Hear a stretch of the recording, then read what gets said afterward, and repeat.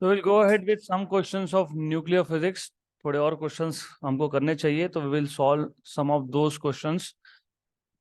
2014 NEET का question है, NCERT page number 447448।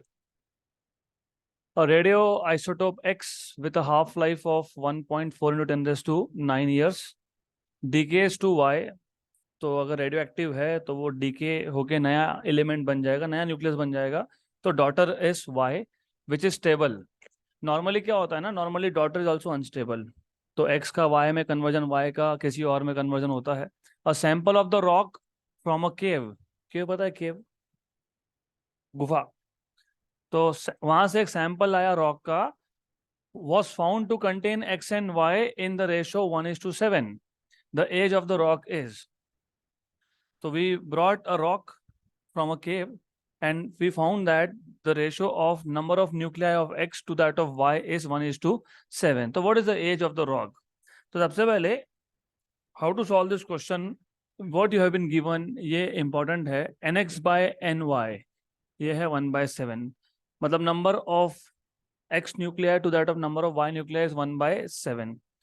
तो कैसे सॉल्व करोगे? What will be your approach?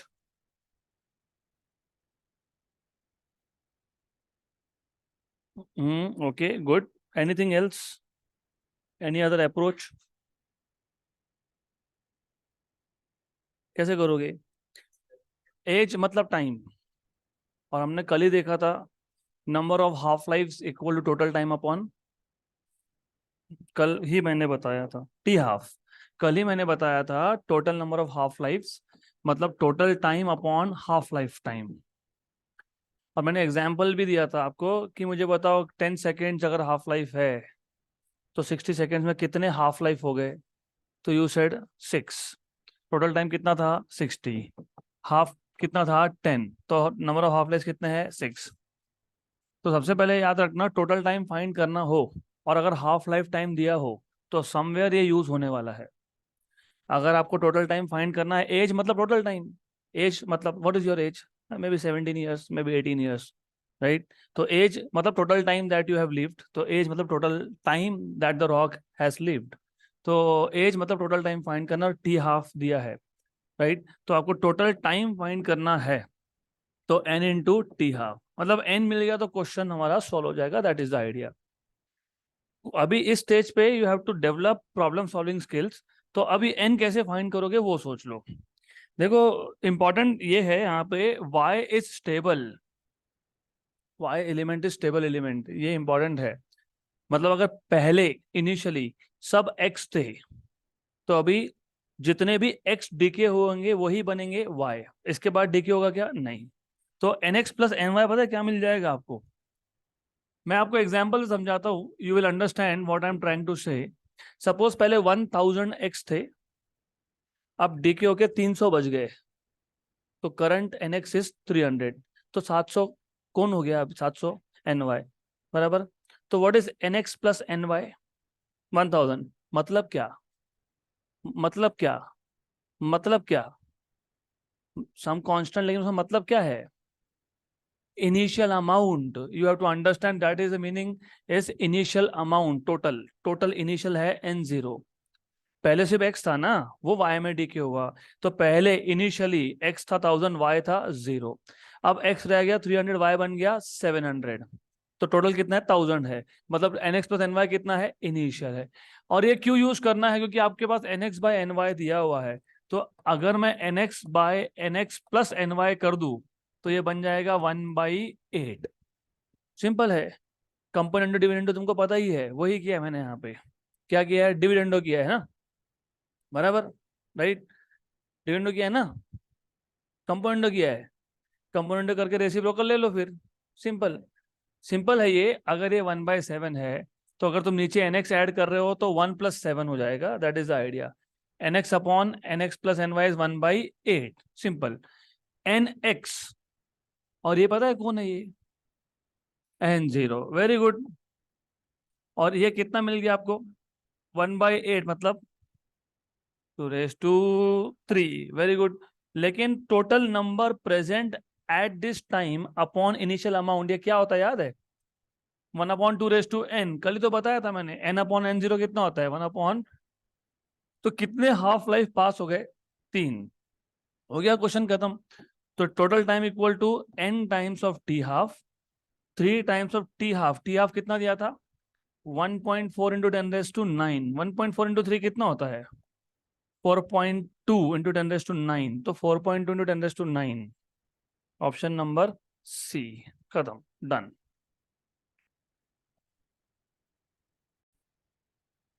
तो when ever daughter is stable, यही अप्रोच यूज करना है। तो और एक ऐसा क्वेश्चन है, सेम टाइप ऑफ क्वेश्चन, पहले वो कर लेंगे। Okay, same type. The half life of a radioactive isotope X is 20 years. पिछले केस में 1.4 इंटू 10⁹ ईयर था। It decays to another element Y which is stable. The two elements were found to be in the ratio 1:7. 1:7. In a sample of given rock, the age of rock is 1:7 होना तो n की value 3 आती है, simple. 1:15 हो तो n की value 4 आती है, क्योंकि 1:15 जब तुम करोगे, 1:15 जब तुम लिखोगे तो ये आ जाएगा nx/nx plus ny 1/16, मतलब 2⁴। तो यहाँ पे नंबर ऑफ हाफ लाइफ कितने हैं 3, कितने हैं 3, और हाफ लाइफ टाइम कितना है 20, तो आंसर कितना आएगा 60 years. Extremely simple question, option number D. तो हम रिमेनिंग क्वेश्चन पे वापस आएंगे, 45 पे भी वापस आएंगे हम लोग। Let us go ahead to the next question. Okay, good.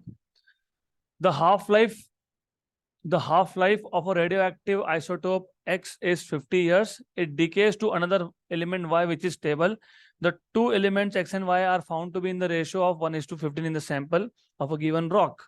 Age of rock is, मैंने क्या बोला 1:15 आया तो नंबर ऑफ हाफ लाइफ कितने होंगे 4। Very good, n = 4। तो total time is n times of T half. n है 4 और टी हाफ कितना है 50, तो आंसर कितना आएगा 200 years. 200 years, option number B. Good. तो ऐसे ये क्वेश्चन सॉल्व कर सकते हो आप, you can solve this very easily. So now let us go back to question number 45। Question number 45।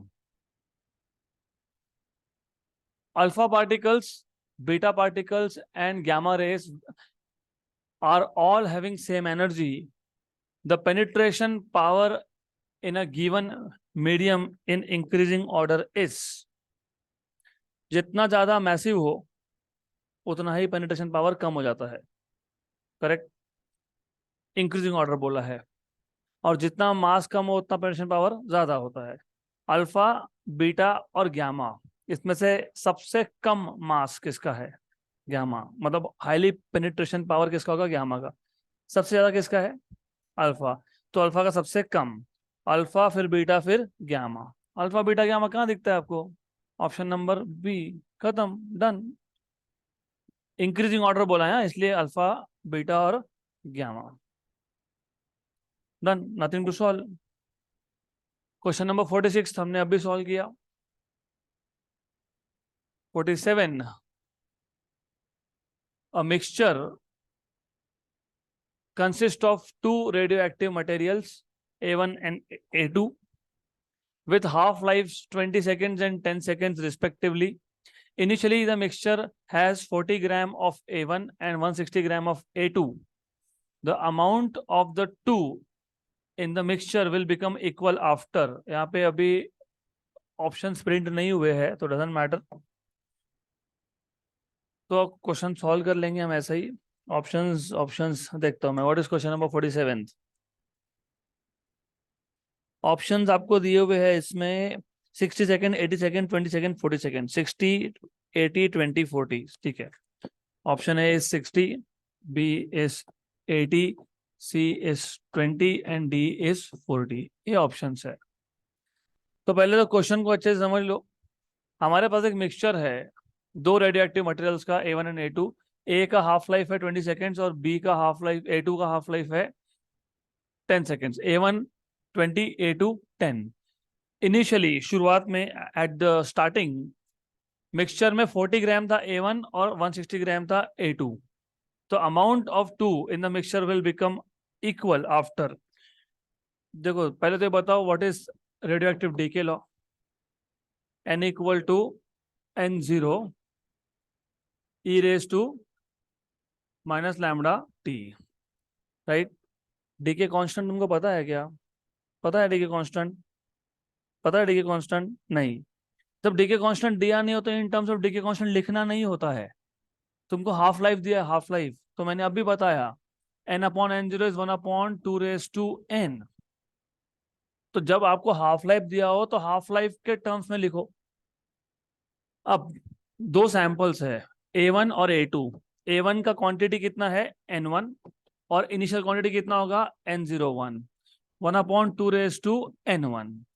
और N2, ये A2 का क्वांटिटी है, इनिशियल है N02, 1 upon 2 raise to N2। According to the question के हिसाब से दोनों का प्रेजेंट क्वांटिटी क्या होना चाहिए? Equal. Amount of 2 in the mixture will become equal after. Initial तो सेम नहीं है ना, इनिशियल पहले का कितना है? 40, दूसरे का कितना है? 160। तो इनिशियल तो सेम नहीं है, तो क्या सेम होना चाहिए? करंट, मतलब प्रेजेंट क्वांटिटी। तो n1 इक्वल टू n2 आना चाहिए। n1 इक्वल टू क्या आना चाहिए? n2। इसके दो मेथड्स हैं, मैं बताता हूँ दोनों मेथड। पहला ये मेथड समझ लो।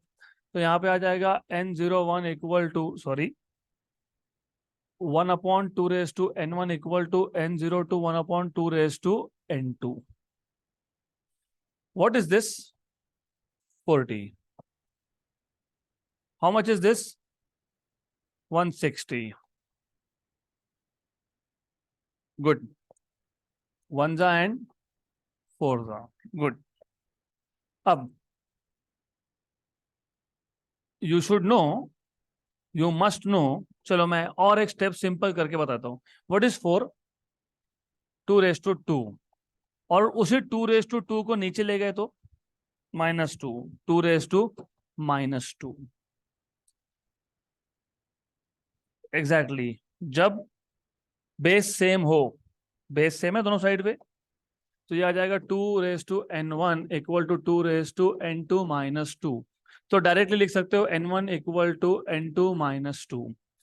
बट मैंने अभी अभी बताया, you know what is n? Total time by t half. तो n1 क्या आएगा? Total time by t1। What is t1? t half of first 20। और n2 क्या आएगा? t upon 10। ये सब्स्टिट्यूट कर दोगे फ्रॉम इक्वेशन नंबर 1 एंड 2। तो फ्रॉम इक्वेशन नंबर 1 एंड 2 से substitute n1 t by 20 equal to t by 10 -2। Good. Just solve this, सिर्फ solve करो। इसको यहाँ लेके जाओ, उसको वहां लेके जाओ। 2 equal to t by 10 minus t by 20। नहीं, मैं थोड़ा सा ऐसा कर लूंगा। मैंने क्या किया, 1/10 को निकाल लिया बाहर, तो t minus t by 2 is t by 2। और ये इधर आ गया 20 t बाई 2। तो t कितना है? 40 सेकेंड्स। तो दोनों का क्वांटिटी सेम कितने टाइम के बाद होगा? 40 seconds. 40 seconds, option number D. Look, wait wait wait, 1 2 3 4 5 6 7 8 9 10 11 12 13, okay 14 and 15। तो अराउंड 14 स्टेप्स 13 स्टेप्स जो भी आएंगे वो नंबर ऑफ स्टेप्स। थोड़ा लॉजिकली सोचो, थिंक थिंक। इनिशियल क्वांटिटी ध्यान में रखो। A1 का कितना था? 40, 40। और A2 का कितना है? 160। A1 का हाफ लाइफ कितना है? 20 सेकेंड्स। A2 का कितना है? 10 सेकेंड्स। हाफ लाइफ का मतलब क्या होता है? Quantity becomes half of the initial value. तो 40 A1 की पहले बात कर लेते हैं। मैं लिख देता हूँ, ऐसे लिखना नहीं चाहिए, ओरली क्वेश्चन सॉल्व होता है। तो ऐसा है, A1 A1 20 सेकंड के बाद, कितने सेकंड के बाद? 20 सेकंड के बाद। तो 20 सेकंड्स के बाद A1 हो जाएगा, पहले कितना था? 40, अब कितना हो गया? 20। अगले 20 सेकंड के बाद हो जाएगा ये 10। अभी A2 का सोचो।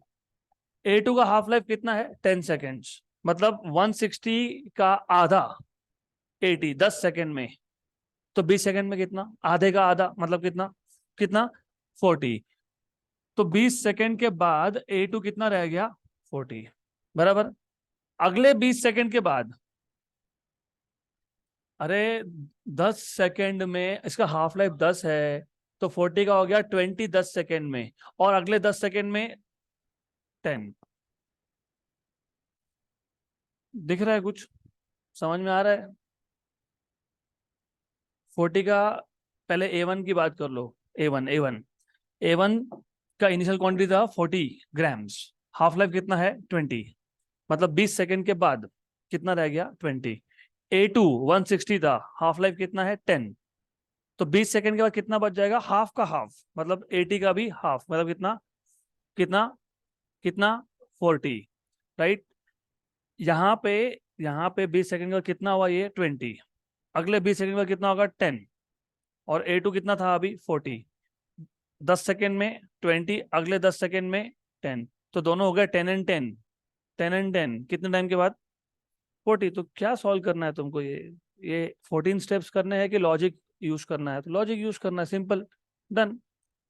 लिख लो, लेकिन you should be using logic.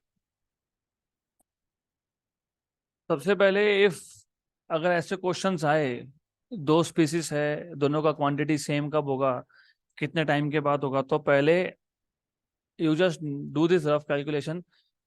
One half life का हाफ हो गया, अगले हाफ लाइफ का और हाफ हो गया, दोनों का करते जाओ साइमल्टेनियसली। पहले का हाफ लाइफ 20 सेकेंड्स था, दूसरे का 10 सेकेंड्स था। मतलब 20 सेकेंड्स यहाँ पे पास हो गए, तो उसके दो हाफ लाइफ पास हो गए। 40 का ये बन गया था 20। 160 का दो हाफ लाइफ के बाद बन जाएगा आधे का आधा, मतलब 40। ये है 20, वो है 40। वापस 20 सेकेंड के बाद 10। वहां पे 20 सेकेंड के बाद वापस हाफ का हाफ, 40 का हाफ, 20 का हाफ, 10। 10 एंड 10। तो ऐसे रफ कैलकुलेशंस पहले कर लो, otherwise start solving. The half life of a radioactive nucleus is 50 days. The time interval T2 minus T1 between the time T2 when two-third of it has decayed, very good, has decayed, दो तिहाई, to third गया, तो कितना बचा? One third. Very good. तो when reading question you should build this ideas, तो N1 equal to one third of initial. बराबर? Good. सही है। N2, क्योंकि कंफ्यूजन हो जाएगा अदरवाइज, N2 बोल देंगे इसको। टाइम इंटरवल T2 बोला है, तो N2 बोल दो। And time interval T1 when one third of it has decayed, तो टू थर्ड बच गया, तो N1 equal to two third of initial. बराबर? ओके। तो आपको पूछा ये जो टाइम इंटरवल है T2 माइनस T1, ये कितना है? The half life of nucleus is 50 days. The time interval T2 minus T1 between the time interval T2 when two-third has decayed and time T1 when one-third has decayed is, तो T2 minus T1 कैसे find करोगे? Simple सा question है, बहुत simple question है ये। कैसे करोगे बताओ?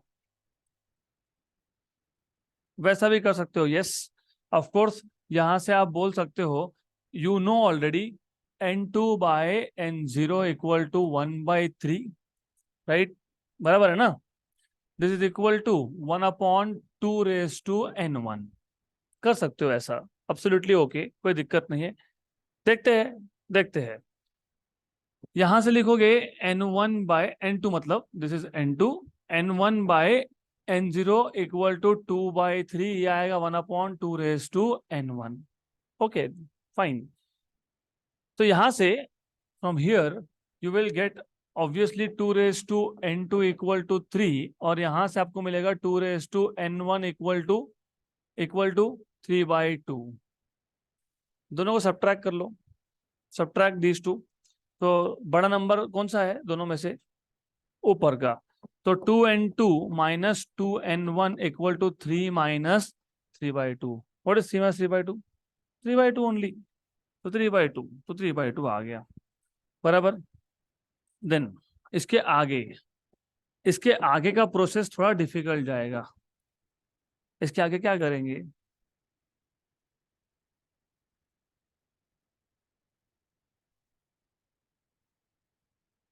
नो, इसके आगे क्या करोगे? क्या फाइन करना है तुमको? क्या फाइन करना है? T2 minus T1। तो इसके आगे क्या करेंगे? That is why I told you ना, यहाँ पे आके अटक गए हम। प्रोडक्ट होता ना तो इजी था, फिर आप लिखते 2 raised to n2 into n1, फिर बोलते taking log on both sides to the base 2 of course. यहाँ तो वैसा है नहीं, क्या करेंगे? What will you do after this?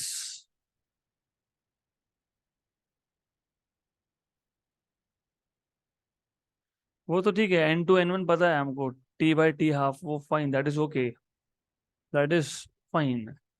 मैं बोल रहा हूँ इसको एक्सपोनेंशियल से, एक्सपोनेंशियल से प्योर नंबर में कैसे लाओगे? That is what I am asking. कैसे करोगे? How will you solve this? This is mathematics, is not physics. तो और एक तरीका भी है, that is what I want you to know. ये जो तुमने बताया इसमें कोई गलती है नहीं है, एब्सोल्युटली करेक्ट। लेकिन अगर आप इसको ऐसा सॉल्व करने गए तो इस स्टेप पे आके तुम अटक जाओगे, या तो पता होना चाहिए सॉल्व कैसे होता है। Otherwise, otherwise there is one more way out. N, in general N होता है n0 e⁻⁻ तो n2 will be equal to क्या आएगा? n0 e⁻⁻t2। और n1 क्या आएगा? n0 e⁻⁻t1। बराबर। n2/n0 कितना मिल गया तुमको? n2/n0, हाँ? अरे मैं बोल रहा हूँ यहाँ से n2/n0 कितना मिला? e⁻⁻t2, e⁻⁻t2, that is what I am asking you, -λt2। Equation number 3, ये इक्वेशन नंबर 1, ये इक्वेशन नंबर 2। सिमिलरली इसको बोल देंगे इक्वेशन नंबर 4। यहां से n1/n0 कितना मिलेगा? e⁻⁻t1। तो from equation number 1 and 3, from 1 and 3, from equation number 1 and 3, equation number 1 में n2/n0 क्या था? 1/3। यहाँ पे कितना है? e⁻⁻t2, मतलब 1/3, मतलब 1/3 will be equal to e⁻⁻t2। Similarly from equation number 2 and 4, 2/3 equal to e⁻⁻t2, t1, t1 fine, good. अब इसके आगे क्या करेंगे फिर? हाँ, लॉग। लॉग लेने से पहले ना कभी भी एक काम करना, इन दोनों को पहले डिवाइड कर दो, ज्यादा इजी होगा। क्यों? क्योंकि 1/3 हो जाएगा, कैंसल आउट। तुमको फाइन क्या करना है? t2 - t1, वो भी ध्यान दो। क्या फाइन करना है? t2 - t1। Equation number 5, equation number 6 divide कर लो। Divide equation number 6 by equation number 5, तो कितना आ गया? 2/3/1/3। ये कितना है? e⁻⁻t1। ये कितना है? e⁻⁻t2। ये ऊपर जाएगा, 3 3 हो गया कैंसल, 3 और 3 गया तो ऊपर 2 बचा। e⁻⁻t1 e⁻⁻t2, तो 2 इक्वल टू e⁻λ कॉमन आ गया, t2 - t1। अब लो लॉग। कौन सा log? To the base e, natural log मतलब। तो टेकिंग नेचुरल लॉग, तो ln of 2 equal to log और e cancel, lambda t2 - t1।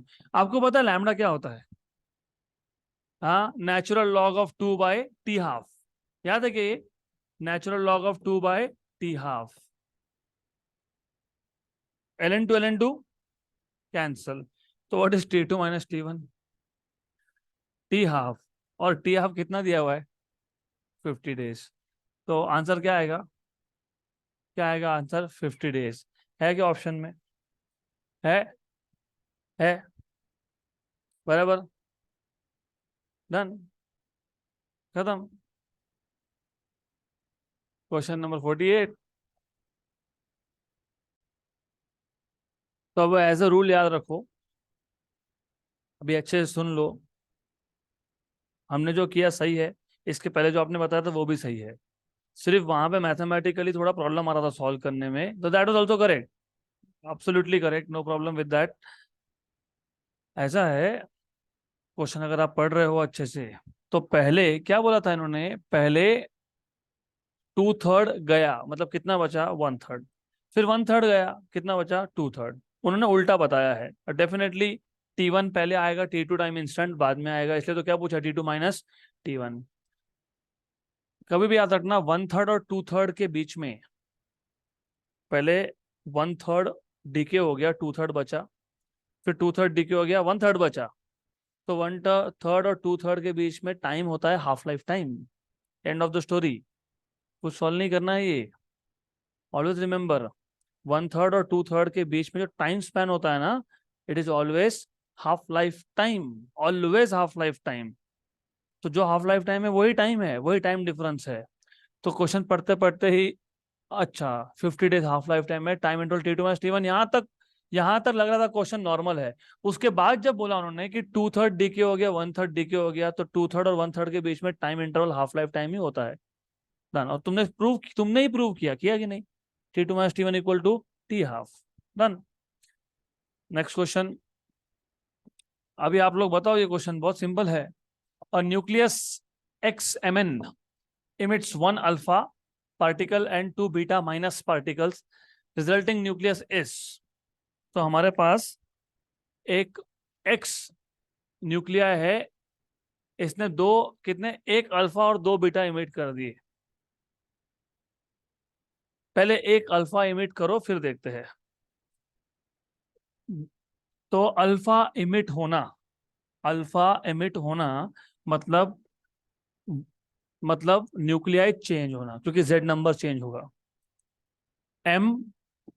M-4 N-2 plus alpha particle, right. अब wait wait wait, अब अब अब दो बीटा मतलब दो इलेक्ट्रॉन्स नेगेटिव इमिट हो रहा है, सही है। और कॉन्जर्वेशन तो मास नंबर का भी होता है, एटॉमिक नंबर का भी होता है। ये -2 तो ये दो लोग लेके चले गए, -2 दो इलेक्ट्रॉन लेके चले गए, तो बचा कितना, क्या बचा, N। शुरू में कितना था, अभी कितना है आखिरी में, N। तो एलिमेंट वापस से बन जाएगा सेम, सिर्फ डिफरेंस क्या आएगा, मास नंबर कितना होगा।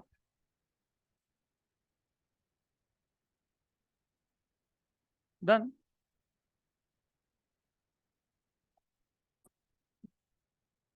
नेक्स्ट क्वेश्चन,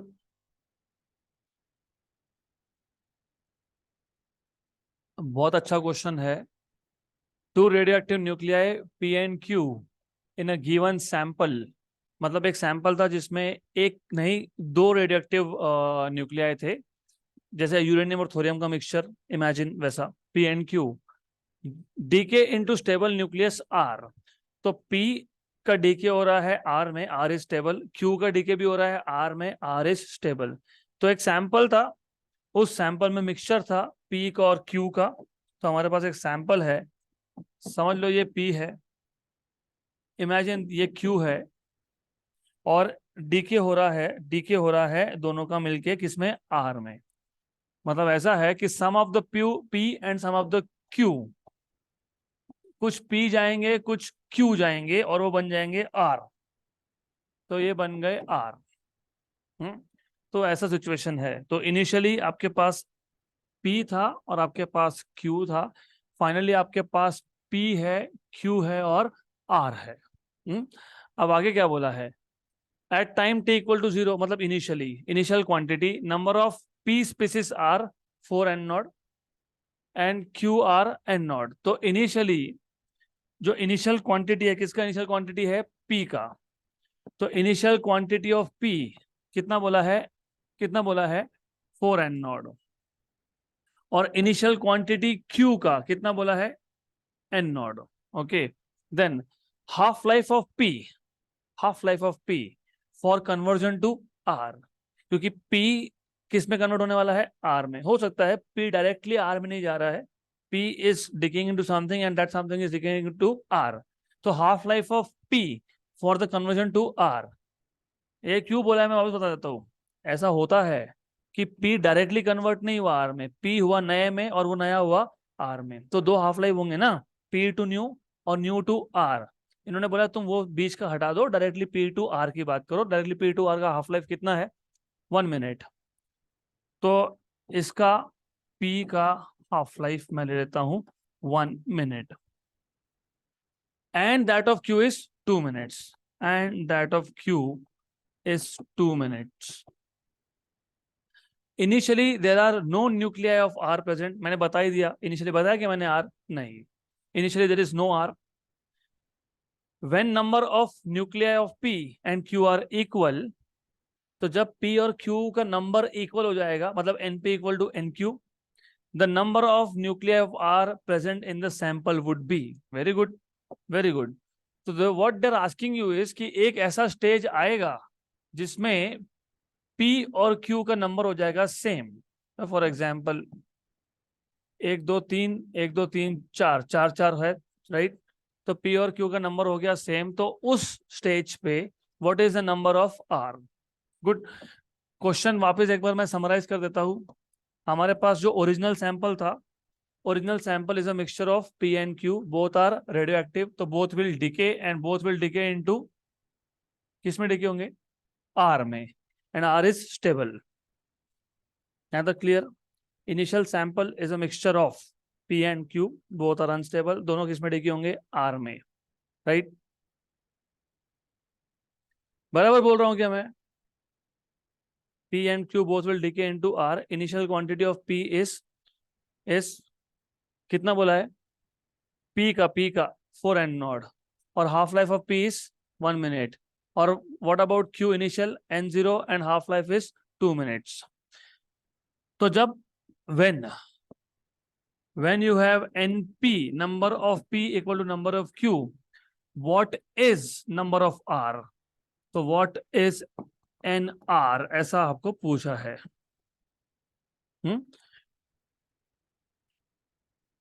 थोड़ा बहुत क्वेश्चन समझ में आ रहा है?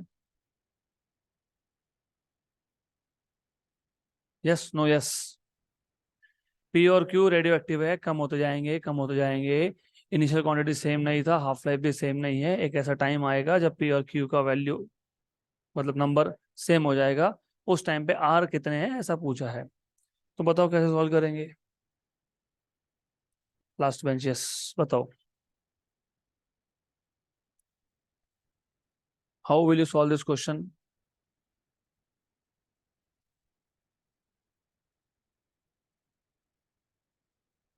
How to solve this question?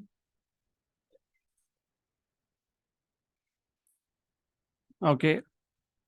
आपको याद होगा हमने अभी अभी एक ऐसा क्वेश्चन सॉल्व किया है. जस्ट नाउ सेम क्वेश्चन है, सिर्फ डिफरेंस से एग्जैक्टली सेम है. A1 का क्वांटिटी याद है आपको? 40. A2 का याद है? वही तो है. फिर अगर N0 40 लेता हूं तो ये कितना हो जाएगा? 160. आपको याद है उसमें से एक ऐसा था जिसका हाफ लाइफ 20 सेकेंड था. किसका था पता है? A1 का, 40 वाले का. और A2 का कितना था पता है? तो वहां पे 20 सेकेंड और 10 सेकेंड, यहाँ पे 2 minute and 1 minute. Exactly same question है, आधा सेम है. अगर तुमको ये क्लिक हुआ होता तो टाइम वेस्ट नहीं होगा. देन यू विल नहीं, 4 नहीं, यू विल रियलाइज कि हमने ऑलरेडी सॉल्व किया है ये. तो कैसे सॉल्व किया तुमको वो भी प्रोसेस याद होता, प्रोसेस पूरा याद होता आपको. यही प्रोसेस है जो आपने पहले परफॉर्म किया था. सेम प्रोसेस है, सिर्फ N1 N2 को NP एंड NQ बोलोगे तो सेम प्रोसेस है. तो पहले तो टाइम इंस्टेंट फाइंड कर लो कि कब NP और NQ इक्वल है. तो सबसे पहले you start with this NP equal to NQ. What is N in general? What is N? N0 1/2 तो NP क्या आएगा बताओ? N0P 1/2 equal to N0Q NOQ 1/2 बताओ NQ.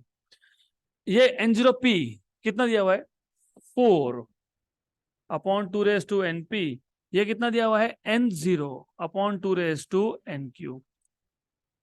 गया और गया, करेक्ट। यही तो पहले किया था। फिर इसका क्या किया था याद है क्या? इसको क्या लिखा था 2 raised to 2 और नीचे लेके गए थे तो 1/2 raised to N क्यू और 2 raised to -2, 2 raised to -2, 1/2 raised to NP, 1/2 raised to NP। फिर क्या किया था याद है? 2 raised to NP equal to 2 raised to N Q -2, फिर NP equal to N Q -2। NP is total time upon t half. किसका t half? P का t half. किसका टी हाफ करोगे यहाँ पे? P का। ये क्या आएगा? Total time upon t half. किसका टी हाफ? Q का। माइनस क्या आएगा? 2। सो सॉल्व करो। What is t half of P? 1। तो यह आ जाएगा T/1, यह आ जाएगा T/2 -2। हाँ, T आगे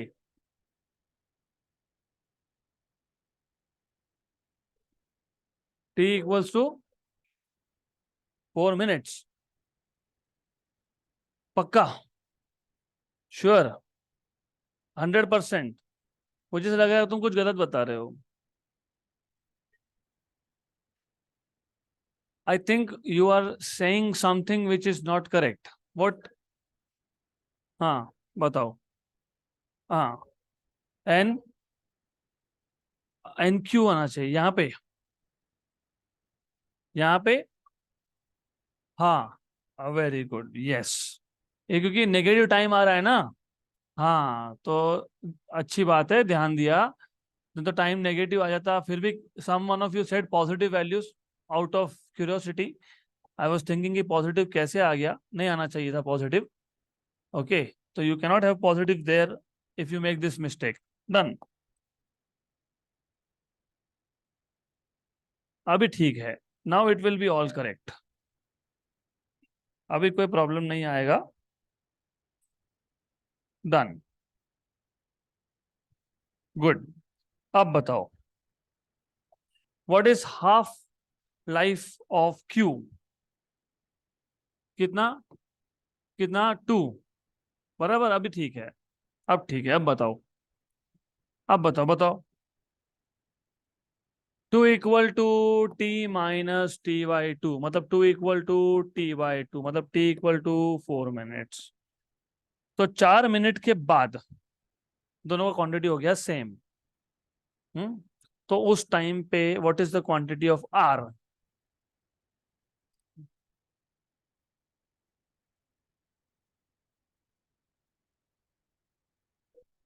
नहीं, तुम एक लॉजिकली सोचो। वेट वेट, क्वेश्चन ऐसे नहीं सॉल्व होते हैं। ये बहुत बड़ा प्रॉब्लम बन जाएगा आप लोगों के। तुम यू नॉट थिंकिंग। सिर्फ तुम सोच रहे हो कि कहाँ से कौन सा फॉर्मूला डालना है, नहीं। Let me tell you one thing. Suppose Q भूल जाओ, सिर्फ एक ही एलिमेंट था पी, वो कन्वर्ट हो गया आर में। सही है। टोटल टाइम कितना है? 4 मिनट्स। थोड़ा सा क्वेश्चन पे ध्यान दो। क्यू था नहीं, भूल जाओ क्यू को। सिर्फ कौन है? पी। तो आर, आर किससे बन रहा है? सिर्फ पी से। बराबर, only from P. Half life कितना है? 1 मिनट। तो 1 मिनट के बाद पी का ओरिजिनल क्वांटिटी क्या हो जाएगा? हाफ। ओरिजिनल कितना था? 4n0, उसका हाफ कितना हो गया? 2n0। 1 मिनट में। हाँ, अगले 1 मिनट में कितना होगा? n0। अगले 1 मिनट में कितना होगा? n0/2। उसके अगले 1 मिनट में n0/4। तो आर का क्वांटिटी कितना होगा? n0/4। बराबर, बराबर, यस, एग्जैक्टली। वापस मैं बोल रहा हूं, मैं तुम लॉजिकली सोचना सीखो। तुमने ना क्या फाइंड किया है? मैंने आपको बोला सिंपल सा क्वेश्चन था, ये मैंने कल भी बताया था। 100 एटम्स है, एक हाफ लाइफ के बाद कितने हो गए? 50। उसके बाद कितने हो गया? 25। 25 ओरिजिनल के बचे, 75 गए। तो 75 कौन बन गए? नया एलिमेंट आर। तो अभी मैंने पूछा, इनिशियली 4n0 था। किसका n0 था? 4n0 किसका था? पी का। 4 मिनट मतलब 4 हाफ लाइफ। एक हाफ लाइफ के बाद 2n0, उसके बाद n0, उसके बाद n0/2, उसके बाद n0/4। किसका है ये? ओ पी का है। n0/4 पी का बचा है, तो कितना गया है? n0/4 तो किस में कन्वर्ट हुआ है? आर में। सही है, यहां तक क्लियर? 100% क्लियर? तो पी से कंट्रीब्यूशन कितना आ रहा है बताओ मेरे को? 3n0/4। लेकिन सिर्फ पी था क्या? आर भी था, सॉरी क्यू भी था, तो क्यू भी किस में कन्वर्ट होगा? आर में। इसका हाफ लाइफ कितना है? 2 मिनट। तो कितने हाफ लाइफ पास हो गए? टोटल टाइम कितना मिला तुमको? 4। तो 4 मिनट में कितने हाफ लाइफ पास हो गए? 2। इनिशियल क्वांटिटी कितना था? एक हाफ लाइफ कितना हो गया? उसका कितना हो गया? तो क्यू से कितना आ रहा है? n0/4 बराबर। कितना आ रहा है बताओ? कितना आ रहा है बताओ? Very good. तो आर कहाँ से आएगा? पी और क्यू के डीके से आएगा। तो पी और क्यू के डीके से आएगा, तो पी का डीके कितना हो गया और इसका कितना हो गया? तो बताओ आंसर क्या आना चाहिए? कितना चाहिए? 6n0/4। पक्का? Sure sure? तो कितना आएगा? कितना आएगा? 3n0/2। पहले तो देखो आंसर में है क्या, है ऐसा? ये कहाँ दिख रहा है?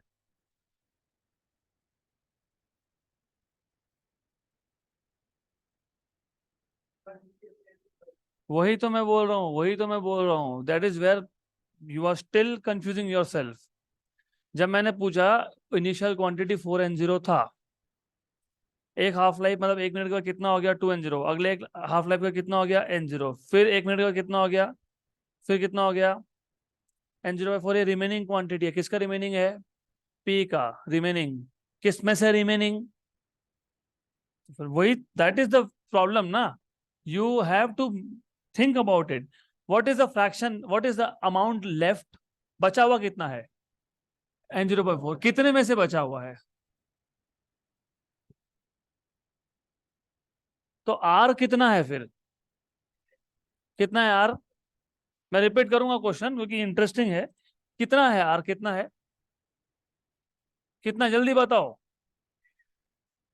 15n0/4।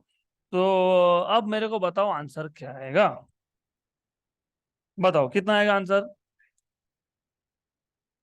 ये कितना है? 18n0/4, तो कितना आ गया? अभी आंसर मिलेगा, है क्या? है, राइट? मैं अभी क्वेश्चन वापस रिपीट करता हूँ, थोड़ा सा आपको यहाँ पे लॉजिक यूज करना पड़ेगा। पहले भी यही क्वेश्चन था, इसमें सिर्फ क्या किया ना, दो स्पीसीज को मिक्स करके सैंपल दे दिया आपको। दोनों डीके हो रहा है सेम में। पी भी रेडियो एक्टिव है, क्यू भी रेडियो एक्टिव है, दोनों का डीके हो रहा है आर में।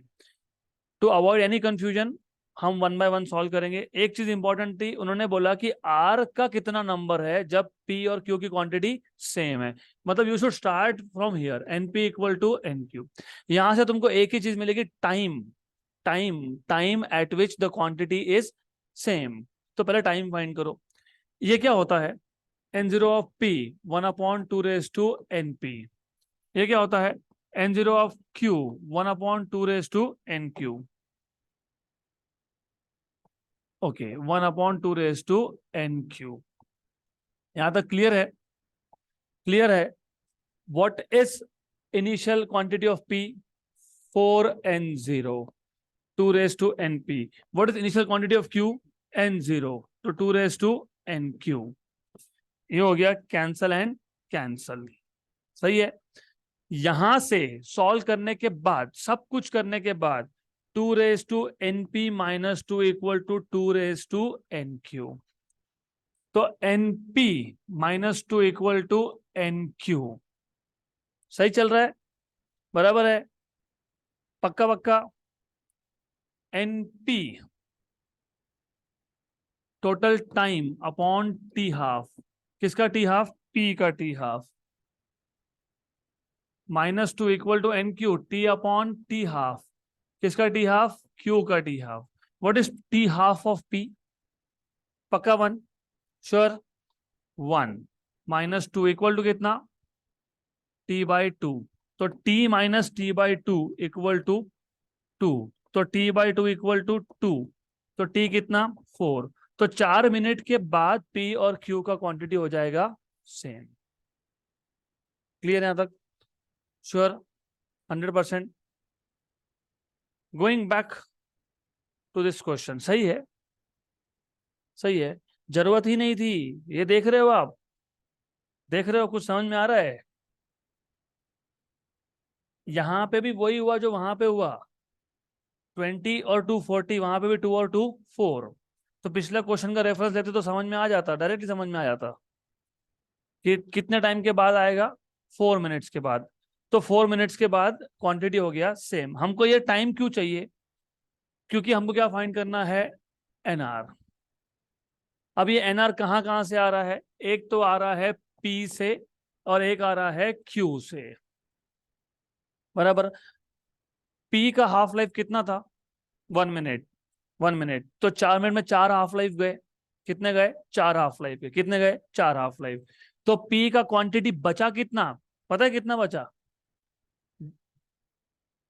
मैंने बताया था n0p/2n। किसका n, p का n। और q का ये क्वांटिटी रिमेनिंग होता है, भूल गए तुम, कल ही मैंने बताया ये क्वांटिटी रिमेनिंग होता है। Half life, half life P का कितना है 1, टोटल टाइम कितना है 4, तो पी के कितने हाफ लाइफ पास हो गए, कितने हो गए, कितने हो गए 4, बराबर। नहीं तो सब जाएगा सर के ऊपर से। सही है ये, पक्का सही है। हाँ वो तो करेंगे, ये रिमेनिंग है ना, ये पी का क्वांटिटी बच गया, वो डी के वो नहीं, ये रिमेनिंग क्वांटिटी है। क्यू के कितने हाफ लाइफ पास हो गए, कितने, तो ये क्वांटिटी रिमेनिंग है पी का और क्यू का। मैंने बोला था डीके कितना हुआ फिर, ओरिजिनल माइनस, बराबर। तो ओरिजिनल माइनस ओरिजिनल, और यहां पे भी आ जाएगा ओरिजिनल, सही है। इन दोनों को ऐड कर दोगे तो तुमको मिल जाएगा एनआर। फिजिक्स का दिक्कत ही ये है कि मैथ्स तुमको लगने वाला है, भाई मैथ्स भी क्या है, रियल लाइफ के कैलकुलेशन से सिंपल सिंपल वाले, तो why are you getting so much of confuse, I don't know. अब मिल गया तुम्हारे पास फॉर्मूला, तो ये फॉर्मूला यूज करना था आपको, you are suppose to use this formula. देखो अभी क्या होगा, put value, what is initial quantity of 4n0, very good. तो nr equal to 4n0 minus 4n0 by कितना है, कितना है ये 16, कितना है 16, 1 एंड 4, फाइन, ठीक। प्लस n0 ऑफ q कितना था, n0 minus n0 by 4, how much is this, 15n0/4, पक्का। How much is that, 3n0/4, total कितना आ गया 18n0/4, तो कितना आ गया,